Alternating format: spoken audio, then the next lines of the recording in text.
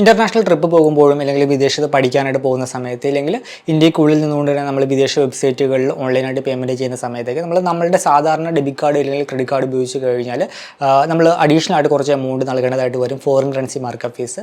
Transaction എമൗണ്ടിൻ്റെ 3.5% plus GST ആണ് normally കൊടുക്കേണ്ടി വരുന്ന ഫോറിൻ കറൻസി മാർക്കപ്പ് ഫീസ്. അപ്പോൾ വലിയ എമൗണ്ടിൻ്റെ ട്രാൻസാക്ഷനൊക്കെ ആണെങ്കിൽ നമ്മൾ നല്ലൊരു തുക തന്നെ ഫോറിൻ കറൻസി മാർക്കപ്പ് ഫീസായിട്ട് ബാങ്കുകൾക്ക് നൽകേണ്ടതായിട്ട് വരും. ഇത് ഒഴിവാക്കാനായിട്ട് ഒന്നെങ്കിൽ നമുക്ക് പല ഡെബിറ്റ് കാർഡ് വേരിയൻറ്റിലും അതുപോലെ തന്നെ പ്രീമിയം വേരിയൻ്റ് ക്രെഡിറ്റ് കാർഡൊക്കെ ആണെങ്കിൽ നമുക്ക് കംപ്ലീറ്റ്ലി ഈ പറഞ്ഞ രീതിയിൽ ഫോറിൻ കറൻസി മാർക്കപ്പ് ഫീസ് ഒഴിവാക്കി തരുന്ന കാർഡുകളുണ്ട്. ഇല്ലാന്നുണ്ടെങ്കിൽ ചില കാർഡുകളിലൊക്കെ നമുക്ക് ഒരു ഫോറിൻ കറൻസി മാർക്കപ്പ് ഫീസ് 3.5% നിന്നും 2%, 1.5% ഒക്കെ തരുന്ന കാർഡുകളുണ്ട്. അപ്പോൾ അങ്ങനെയുള്ള കാർഡുകൾ ഓപ്റ്റ് ചെയ്യാം. പിന്നെയുള്ള വൈഡ്ലി ഉപയോഗിക്കുന്ന മറ്റൊരു ഓപ്ഷനാണ് ഫോറക്സ് കാർഡ്. ഡെഡിക്കേറ്റഡ് ആയിട്ട് ഫോറക്സ് കാർഡുകൾ ബാങ്കുകളും അതുപോലെ തന്നെ ബാങ്ക് ഇതര ധനകാര്യ സ്ഥാപനങ്ങളൊക്കെ ഇഷ്യൂ ചെയ്യുന്നുണ്ട്. ഇത്തരത്തിലുള്ള ഫോറക്സ് കാർഡ് എന്ന് പറയുന്ന പ്രീപെയ്ഡ് കാർഡാണ്. നമ്മൾ അതിലേക്ക് ഫണ്ട് ലോഡ് ചെയ്യുന്നു, ഉപയോഗിക്കുന്നു.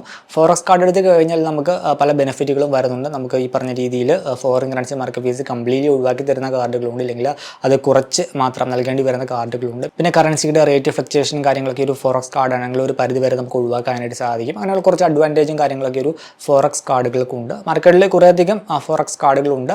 ഇന്ന് നമ്മൾ നോക്കുന്നത് Tata Neu IndusInd bank forex കാർഡാണ്. ടാറ്റ ന്യൂവും അതുപോലെ തന്നെ ഇൻഡസ്ഇൻഡ് ബാങ്കും ചേർന്ന് ബ്രാൻഡഡ് ആയിട്ട് ഒരു ഫോറക്സ് കാർഡ് നൽകുന്നുണ്ട്. ഇതിപ്പോൾ നിരവധി ആളുകൾ എടുക്കുന്നുണ്ട് ടാറ്റ ന്യൂ ആപ്പിലുള്ള പരസ്യങ്ങളും കാര്യങ്ങളൊക്കെ കണ്ടിട്ട്.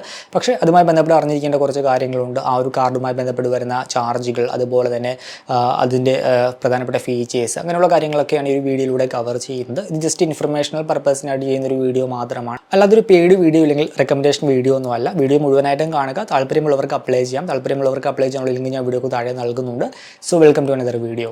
വീഡിയോയിലേക്ക് കടക്കുന്ന മുമ്പ് വിവിധ ബാങ്ക് അക്കൗണ്ടുകളെ പറ്റിയും കാർഡുകളെ പറ്റിയും കൂടുതലായിട്ട് അറിയാനും അപ്ലൈ ചെയ്യാനും വിസിറ്റ് fino360.com. ആമസോൺ, ഫ്ലിപ്കാർട്ട് പോലുള്ള ഇ-കോമേഴ്സ് പ്ലാറ്റ്ഫോമുകളിൽ വരുന്ന ഓഫർ അപ്ഡേറ്റ് ടെലിഗ്രാമിൽ കിട്ടാനായിട്ട് ജോയിൻ എൻ്റെ offer Telegram channel. Financial news update മലയാളത്തിൽ എല്ലാ ദിവസവും ടെലിഗ്രാം ചാനലിൽ അപ്ഡേറ്റ് ആയിട്ട് ലഭിക്കാനായിട്ട് join money Malayalam Telegram channel. Link in below.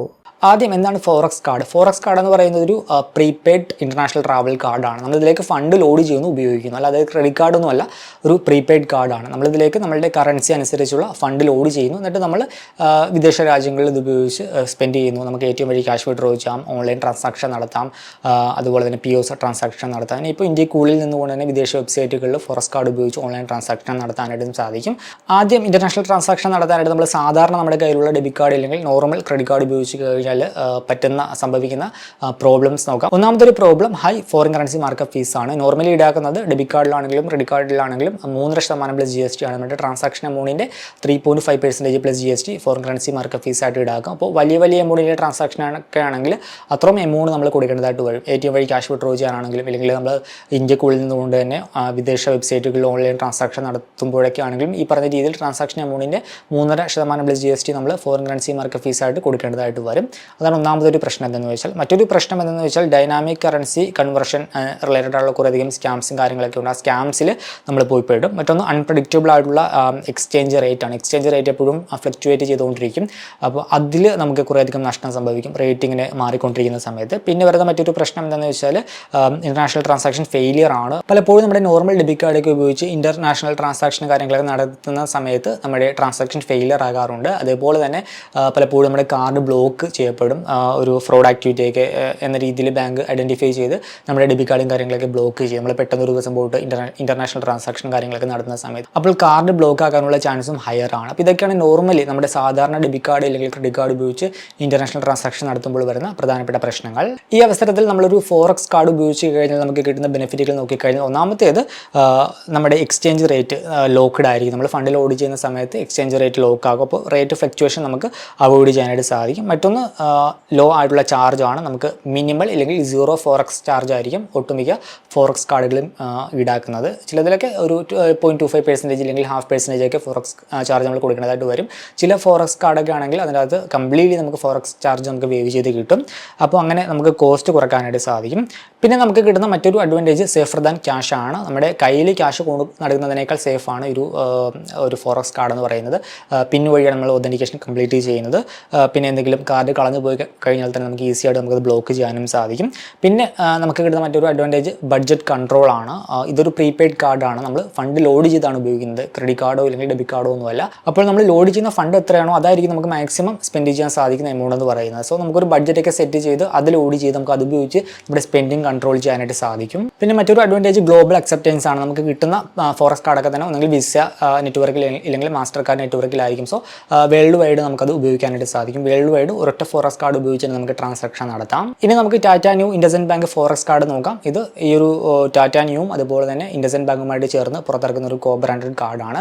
ഇതിൻ്റെ ഫീച്ചേഴ്സ് നോക്കിക്കഴിഞ്ഞാൽ 14 കറൻസീസ് നമുക്ക് ലോഡ് ചെയ്യാനായിട്ട് സാധിക്കും. അപ്പോൾ അതിൽ ഏതെങ്കിലും കറൻസി ഓപ്റ്റ് ചെയ്ത് അത് ഉപയോഗിച്ച് ആ ഒരു കറൻസി വഴി നമുക്ക് ഫണ്ട് ലോഡ് ചെയ്യാം. പിന്നെ വരുന്ന മറ്റൊരു അഡ്വാൻറ്റേജ് ഫിക്സഡ് റേറ്റ് ആണ്. റേറ്റ് ഫ്ലക്ച്വേഷൻ നമുക്ക് ഒഴിവാക്കാനായിട്ട് സാധിക്കും. നമ്മൾ ഫണ്ട് ലോഡ് ചെയ്യുന്ന സമയത്ത് തന്നെ ആ ഒരു റേറ്റ് ലോക്ക് ചെയ്യപ്പെടും. പിന്നെ നമുക്ക് ഈസി ആയിട്ട് അപ്ലൈ ചെയ്യാനായിട്ട് സാധിക്കും. നമുക്ക് ഓൺലൈനായിട്ടാണ് കംപ്ലീറ്റ് അപ്ലൈയിങ് പ്രോസസ്സും കാര്യങ്ങളൊക്കെ വരുന്നത്. ഡിജിറ്റൽ ഓൺ ബോർഡിംഗ് ആണ്. അപ്ലൈ ചെയ്യാനുള്ള ലിങ്ക് ഞാൻ താല്പര്യമുള്ളവർക്ക് താഴെ നൽകാം. അപ്പോൾ നമുക്ക് ഓൺലൈനായിട്ട് തന്നെ അപ്ലൈ ചെയ്യാം, കാർഡ് എടുക്കാം. പിന്നെ വരുന്ന മറ്റൊരു അഡ്വാൻറ്റേജ് എന്താണെന്ന് വെച്ചാൽ നമുക്ക് കിട്ടുന്ന റിവാർഡ് പോയിൻ്റാണ്. നമ്മൾ ഓരോ തവണ ഫണ്ട് ലോഡ് ചെയ്യുമ്പോൾ നമുക്ക് ടാറ്റ ന്യൂ കോയിൻസ് നമുക്ക് റിവാർഡ് പോയിൻ്റ് ആയിട്ട് കിട്ടും. ഒരു ടാറ്റ ന്യൂ കോയിൻ എന്ന് പറയുന്നത് ₹1 ഇക്വലൻ്റ് ആണ്. നമ്മൾ അപ് ടു 75,000 രൂപ വരെ ലോഡ് ചെയ്യുമ്പോൾ നമുക്ക് അപ് ടു 1,500 രൂപ വരെ ന്യൂ കോയിൻസ് നമുക്ക് നേടുവാനായിട്ട് സാധിക്കും. ഇത് സ്യൂട്ടബിൾ ആകുന്നത് ആർക്കാണെന്ന് വെച്ചാൽ ഇൻ്റർനാഷണൽ ട്രിപ്പ് പോകുമ്പോൾ അല്ലെങ്കിൽ വിദേശത്ത് പഠിക്കാൻ പോകുന്ന സ്റ്റുഡൻസിന് അല്ലെങ്കിൽ ബിസിനസ് പ്രൊഫഷണൽസിന് ഇടയ്ക്കിടയ്ക്ക് ബിസിനസ് ആവശ്യത്തിനൊക്കെ ആയിട്ട് വിദേശത്ത് പോകുന്ന ബിസിനസ് പ്രൊഫഷണൽസ് ഇല്ലെങ്കിൽ നമുക്ക് ഇന്ത്യക്കുള്ളിൽ നിന്നുകൊണ്ട് തന്നെ വിദേശ വെബ്സൈറ്റുകളിൽ പേയ്മെൻറ്റ് ചെയ്യേണ്ടി വരുന്ന പ്രൊഫഷണൽസിനൊക്കെ ഈ ഒരു ഫോറക്സ് കാർഡ് ഉപയോഗപ്പെടുത്താനായിട്ട് സാധിക്കും. പിന്നെ ഇതിൻ്റെ മാനേജ്മെൻറ്റും കാര്യങ്ങളൊക്കെ കംപ്ലീറ്റ്ലി ഓൺലൈനാണ്. ടാറ്റ ന്യൂ ആപ്പ് വഴി തന്നെയാണ് കംപ്ലീറ്റ് മാനേജ്മെൻറ്റ് വരുന്നത്. അപ്ലൈയിങ് പ്രോസസ് ആണെങ്കിലും അതിൻ്റെ മാനേജ്മെൻറ്റൊക്കെ ആണെങ്കിലും ആപ്പ് വഴി തന്നെയാണ്. 24/7 നമുക്ക് ആക്സസ് ഉണ്ടാകും. ഏതെങ്കിലും കാർഡ് ലോസ് ആയി കഴിഞ്ഞാൽ നമുക്കത് ബ്ലോക്ക് ചെയ്യാനും ഈ ഒരു ആപ്പ് വഴി തന്നെ സാധിക്കും. പിന്നെ ഈ ഒരു കാർഡിൽ നമുക്ക് ഫോറക്സ് ചാർജ് കംപ്ലീറ്റ് ആയിട്ട് പേ ചെയ്ത് കിട്ടുകയില്ല, കുറവാണ്. മിനിമൽ ചാർജ് ഈടാക്കുന്നുണ്ട്. ട്രാൻസാക്ഷൻ എമൗണ്ടിൻ്റെ 0.25% പ്ലസ് GST ആണ് ഫോറക്സ് ചാർജ് ആയിട്ട് ഈ ഒരു കാർഡിൽ ഈ ഒരു ഇൻഡസ്ഇൻഡ് ബാങ്ക് ഈടാക്കുന്നത്. പിന്നെ ഈ ഒരു കാർഡ് ഫ്രീ അല്ല, അതിന് ചാർജ് വരുന്നുണ്ട്. ഇഷ്യൂവൻസ് ഫീസ് വരുന്നത് 299 രൂപ പ്ലസ് GST ആണ്. 5 വർഷത്തേക്കാണ് ഈ ഒരു ഇഷ്യൂവൻസ് ഫീസ് വരുന്നത്. പിന്നെ നമ്മൾ ഓരോ തവണ ഫണ്ട് ലോഡ് ചെയ്യുമ്പോഴും ലോഡിംഗ് ചാർജ് വരുന്നുണ്ട്. 99 രൂപ പ്ലസ് GST ലോഡിംഗ് ചാർജ് വരുന്നുണ്ട്. എന്തായാലും ഈ ഒരു കാർഡുമായി ബന്ധപ്പെട്ട് വരുന്ന മറ്റു ചാർജുകൾ നമുക്ക് ഡീറ്റെയിൽ ആയിട്ട് നോക്കാം. ഇതാണ് ടാറ്റ ന്യൂ ഇൻഡസ്ഇൻഡ് ബാങ്കിൻ്റെ ഫോറക്സ് കാർഡ്. മറ്റു കാർഡുകളിൽ നിന്നുള്ള ചെറിയൊരു കമ്പാരിസൺ. ഒരു കോസ്റ്റ് അപ് ടു ഒരു $1000 നമ്മൾ ലോഡ് ചെയ്യുമ്പോൾ വരുന്ന ഒരു റേറ്റാണ്. ഇപ്പോൾ ടാറ്റ ന്യൂ ഇൻഡസ്ഇൻഡ് ബാങ്കിൻ്റെ ഫോറക്സ് കാർഡാണെങ്കിൽ ഒരു $1000 നമ്മൾ ലോഡ് ചെയ്യുമ്പോൾ ഒരു ഏകദേശം ഒരു 90,160 രൂപ ആയിരിക്കും റേറ്റ് വരുന്നത്. മറ്റ് കാർഡുകളൊക്കെ ആണെങ്കിൽ ഏകദേശം ഒരു 3 to 4% എക്സ്ട്രാ ഫോറക്സ് ചാർജ് വരും. അപ്പോൾ കോസ്റ്റ് വരുന്നത് 93,766 രൂപയായിട്ട് മാറും. ഇനിയിപ്പോൾ മറ്റു ഫോറക്സ് കാർഡ് ഒരു 1.5 to 2% ഫോറക്സ് ചാർജ് വരുന്ന കാർഡാണെങ്കിൽ ഒരു 91,963 രൂപ ഒരു ടോട്ടൽ കോസ്റ്റ് വരും. ഇപ്പോൾ ക്യാഷ് ആണെങ്കിൽ ഒരു 3 to 4% എക്സ്ട്രാ വരും കറൻസി റേറ്റും കാര്യങ്ങളൊക്കെ വെച്ച്. അപ്പോൾ 93,766 രൂപ നമ്മൾ ചിലവാക്കേണ്ടതായിട്ട് വരും.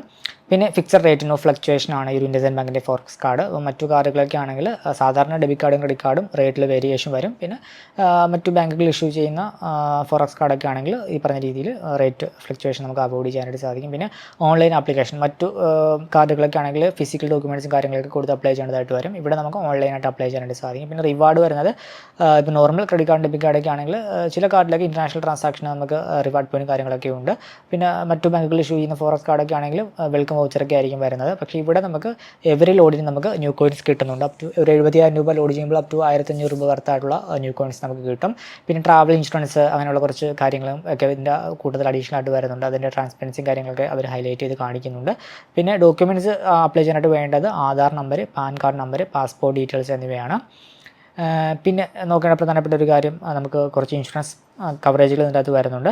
ഒരു ഫ്രോഡ്ലൈൻ ചാർജ് കവർ വരുന്നതാണ് ആദ്യം. ഒരു അപ് ടു 2 ലക്ഷം രൂപയുടെ ഒരു കവറേജാണ് വരുന്നത്. പിന്നെ ഒരു 1 ലക്ഷം രൂപയുടെ പർച്ചേസ് പ്രൊട്ടക്ഷൻ കവറേജ്. പിന്നെ ഒരു 10 ലക്ഷം രൂപയുടെ എയർ ആക്സിഡൻ്റൽ കവറേജ് വരുന്നുണ്ട്. സാധാരണ നമുക്ക് ഈ ഒരു എയർ ആക്സിഡൻ്റൽ കവറേജ് വേണമെന്നുണ്ടെങ്കിൽ ആ ഒരു പർട്ടിക്കുലർ കാർഡ് ഉപയോഗിച്ച് നമ്മൾ എയർ ടിക്കറ്റ് എടുക്കണം. അങ്ങനെയുള്ള കണ്ടീഷൻസും കാര്യങ്ങളൊക്കെ വരുന്നുണ്ട്. ഇതൊരു ട്രാവൽ കാർഡ് ആയതുകൊണ്ട് തന്നെ അതങ്ങനെ ഒരു കണ്ടീഷനോ കാര്യങ്ങളൊന്നും വരുന്നില്ല. പിന്നെ ഒരു 50,000 രൂപയുടെ loss of checked in baggage coverage വരുന്നുണ്ട്. അത് ഇൻ്റർനാഷണൽ ട്രാവലിനാണ് ആ ഒരു കവറേജ് നമുക്ക് കിട്ടുന്നത്. പിന്നെ delay of checked baggage coverage വരുന്നുണ്ട്. അത് ഇൻ്റർനാഷണൽ ട്രാവലിന് വേണ്ടിയാണ് വരുന്നത്. ഒരു ഡിലേ ഒരു 12 മണിക്കൂറിൽ കൂടുതലുണ്ടെങ്കിൽ ഒരു 25,000 രൂപയുടെ കവറേജ് വരുന്നുണ്ട്. പിന്നെ ലോസ് ഓഫ് പാസ്പോർട്ടിനൊരു കവറേജ് വരുന്നുണ്ട്. അതും ഇൻ്റർനാഷണൽ ട്രാവലിനാണ് കവറേജ് നമുക്ക് വരുന്നത്. ഒരു 20,000 രൂപയുടെ കവറേജാണ് നമുക്ക് കിട്ടുന്നത്. പിന്നെ ATM അസാൾ കവറേജ് ഒരു 20,000 രൂപയുടെ കവറേജ് വരുന്നുണ്ട്. സോ ഇതൊക്കെയാണ് നമുക്ക് ഈ ഒരു കാർഡിൻ്റെ ഭാഗമായിട്ട് കിട്ടുന്ന ഇൻഷുറൻസ് കവറേജുകൾ. ഇനി ഒരു കാർഡുമായി ബന്ധപ്പെട്ട് വരുന്ന മറ്റു പ്രധാനപ്പെട്ട ചാർജുകൾ നോക്കിക്കഴിഞ്ഞാൽ ഇഷ്യൂവൻസ് ഫീസ് 299 രൂപ പ്ലസ് GST എസ് ടി ആണ്. റീലോഡ് ഫീസ് വരുന്നത് 99 രൂപ പ്ലസ് ജി എസ് ടി ആണ്. നമ്മൾ ഓരോ തവണ ഫണ്ട് ലോഡ് ചെയ്യുമ്പോഴും 99 രൂപ പ്ലസ് ജി എസ് ടി നമ്മൾ കൊടുക്കേണ്ടതായിട്ട് വരും. പിന്നെ പ്രധാനമായിട്ട് നോട്ട് ചെയ്യേണ്ട ഒരു കാര്യം ഇനാക്ടിവിറ്റി ഫീസാണ്. 18 മാസത്തിൽ കൂടുതലായിട്ട് നമ്മൾ കാർഡ് ഉപയോഗിച്ച് ആക്ടിവിറ്റി നടത്തിയില്ല എന്നുണ്ടെങ്കിൽ പെർ ക്വാർട്ടറിന് 250 രൂപയ്ക്ക് ഇക്വലൻ്റ് ആയിട്ട് നമ്മൾ ചാർജ് കൊടുക്കേണ്ടതായിട്ട് വരും. പിന്നെ ATM withdrawal limit per transaction 300 USD equivalent ആയിട്ടുള്ള എമൗണ്ട് ആണ്. ഈ ഒരു വീഡിയോ ഇഷ്ടമാണെന്ന് കരുതുന്നു. മറ്റൊരു വീഡിയോയിൽ മറ്റൊരു ടോപ്പിക്കുമായി കണ്ടുമുട്ടാമെന്ന പ്രതീക്ഷയോടുകൂടി